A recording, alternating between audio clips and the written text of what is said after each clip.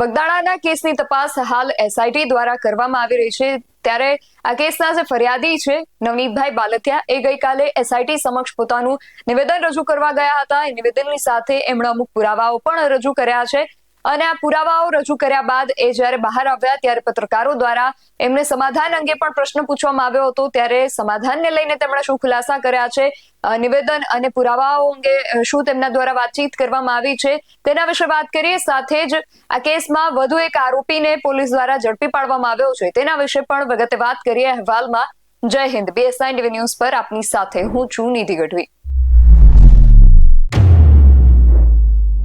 બગદાણાનો જે કેસ છે હાલ એસઆઈટી દ્વારા ચલાવવામાં આવી રહ્યો છે. આ કેસની જે તપાસ છે એનો ધમધમાટ જે છે એસઆઈટી દ્વારા શરૂ કરી દેવામાં આવ્યો છે. એક બાદ એક આની અંદર જે પ્રકરણો છે એ ખુલવાની શક્યતાઓની વચ્ચે ગઈકાલે આ કેસના જે ફરિયાદી છે નવનીતભાઈ બાલથિયા એ એસઆઈટી સમક્ષ પોતાનું નિવેદન રજૂ કરવા ગયા હતા. નિવેદનની સાથે એમણે 15 જેટલા લગભગ પુરાવાઓ પણ રજૂ કર્યા છે.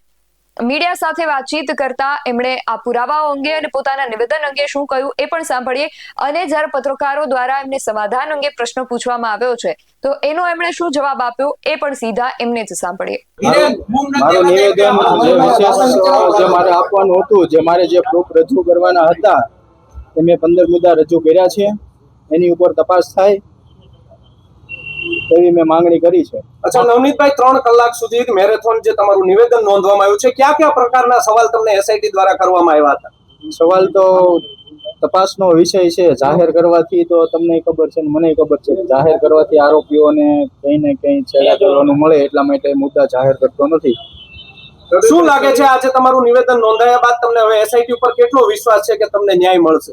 જે મારા મુદ્દા છે એ પ્રમાણે જો તપાસ યોગ્ય થાય છે તો જરૂર મુખ્ય આરોપી સુધી પહોંચે છે. નવનીતભાઈ, શનિવારે પણ 2 PI નો જે અહીંયા તપાસ શરૂ થઈ હતી તે બાબતે શું કહેશો? એ બાબત તો એ તપાસનો વિષય છે, એમાં તો મને કઈ ખ્યાલ નથી. જે કાંઈ એસઆઈટી વાળા એમની પૂછપરછ કરી અને જે કાંઈ કર્યું મને ખ્યાલ નથી. નવનીતભાઈ, એક કોલ રેકોર્ડિંગ પણ વાયરલ થયું હતું જેમાં આરોપીઓ બદલાવાના આક્ષેપ થયા હતા. એ બાબતે તમે એસઆઈટી સમક્ષ કોઈ ખુલાસાઓ કર્યા છે કે એ તો પૂછવામાં આવ્યું હતું કે ભાઈ આ કોઈ કહે છે કે ભાઈ એ મારો તપાસનો વિષય અમે જાહેર ન કરી શકીએ. અમે તમારી વાત ઉપર મુકમ છો?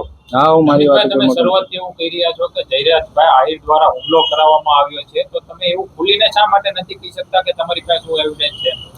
ખુલ્લીને કરવા મેં તપાસમાં જે એ લોકોને પ્રોબ્લેમ પડે, જો આરોપીઓ છે પ્રૂફ સાથે કોઈ છેડા કરે એટલા માટે હું ખુલીને નથી કહેતો. હા, પ્રૂફ આપ્યા. તમને વિશ્વાસ છે એસઆઈટી પૂરી તપાસ કરશે? હા, મને વિશ્વાસ છે, ભરોસો છે. આપ્યું છે શું પ્રૂફ માટે? સાયન્ટિફિક પુરાવા આપ્યા છે, લેખિત આપ્યા છે. અન્ય માણસોના નામ પણ ખુલશે જે તપાસમાં. મેં જે જગ્યાએ અમુક જે કાંઈ રચના થઈ આ તે થયું મને મારા જાણ્યા મુજબ જે કાંઈ મારી પાસે પુરાવા હતા એ મેં આપ્યા છે. તમારી પાસે સમાધાન માટે પણ દબાણ આવી રહ્યું છે કે એવું કશું નથી? હા, એવું કશું કરતા છે ને કે જે રાજકીય લેવલમાં મારે આજે સમાધાન નથી કરવાનું અને કાલે નથી કરવાનું, બરોબર? મારે મારો સમાજ સાથે છે, મારા આગેવાનો સાથે છે. જે મારા આગેવાનો દ્વારા એસઆઈટીની રચના થઈ છે એની તપાસ ચાલે છે. અત્યારે તો એવું થોડું લાગે છે કે યોગ્ય દિશામાં ચાલે છે અને હજી પણ યોગ્ય દિશામાં તપાસ કરશે એટલે મૂળ આરોપી સુધી પહોંચી જવાશે એવી મને આશા છે. 20 દિવસ થયા છે તેમ છતાં હજી કોઈ નિષ્કર્ષ ઉપર પહોંચી નથી એસઆઈટી. હવે શું લાગે છે? હવે એ તો તપાસનો વિષય છે.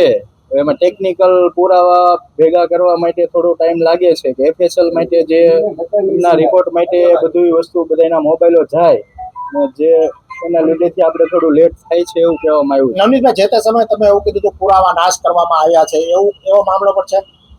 એ પુરાવા નાશ કરવા જે તે જગ્યાએ આરોપીઓ ખોટી રોકાણા હતા, જ્યાં કાવતરું રચ્યું ત્યાંના સીસીટીવી ફૂટેજનું એવું જાણવા મળ્યું છે કે એ લોકોએ હાર્ડ ડિસ્ક બદલી હોય કે સીસીટીવી ફૂટેજ ગાયબ કર્યા હોય એવું મને જાણવા મળ્યું છે. નવનીતભાઈ, તમારી ઉપર ગંભીર આરોપ થઈ રહ્યા છે વિવિધ પ્રકારના, જેમાં ગેરકાયદેસર ખનન હોય કે પછી અન્ય પ્રવૃત્તિઓ હોય, તો તમારી ઉપર પણ આક્ષેપ થઈ રહ્યા છે. સોશિયલ મીડિયામાં વિડીયો પણ વાયરલ થઈ રહ્યા છે. એ બધું મારો કેસ ડાયવર્ટ કરવા માટેનું બધું છે.